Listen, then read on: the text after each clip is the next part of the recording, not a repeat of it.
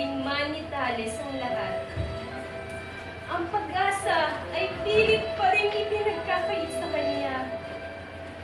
Ang lupang kanyang pinagyaman ay ang lupa ring diniligan ng buhay ng kanyang asawa at anak. Ito ang kanyang ipinaglalaban. Ngunit para sa mga taong gahaman, walang katwiran ang sasapa.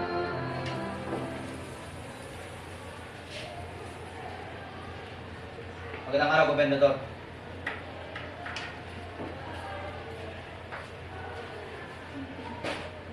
Pinayuan ako ng tagapamayapa na magpahid na lamang na buwis. At alam mo, hindi ko ito gagawin sapagkat para ako nagbibigay na limos. At kahit ako tumagig, ayaw ko na magbigay. Batid kong alam mo na magiging mahina ang laban mo rin. At mas malaki ang tsansa ikaw ay mabigo kung patuloy mong ipagpipilitan ng iyong nais. Kaya't mas makabubuti na lamang na ikaw ay sumunod. Kung ayaw mong pasama! Bibigay ko lamang aking lupay sa magbibigay ng dugo at magbubuwis ng buhay tulad ng aking asawa at anak.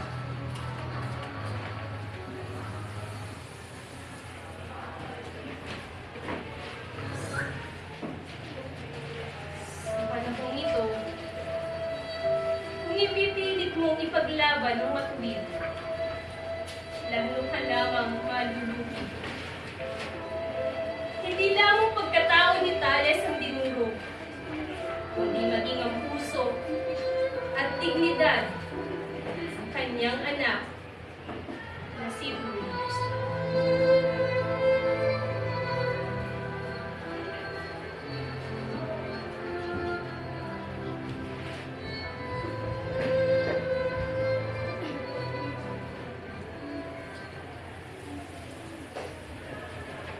Hermana!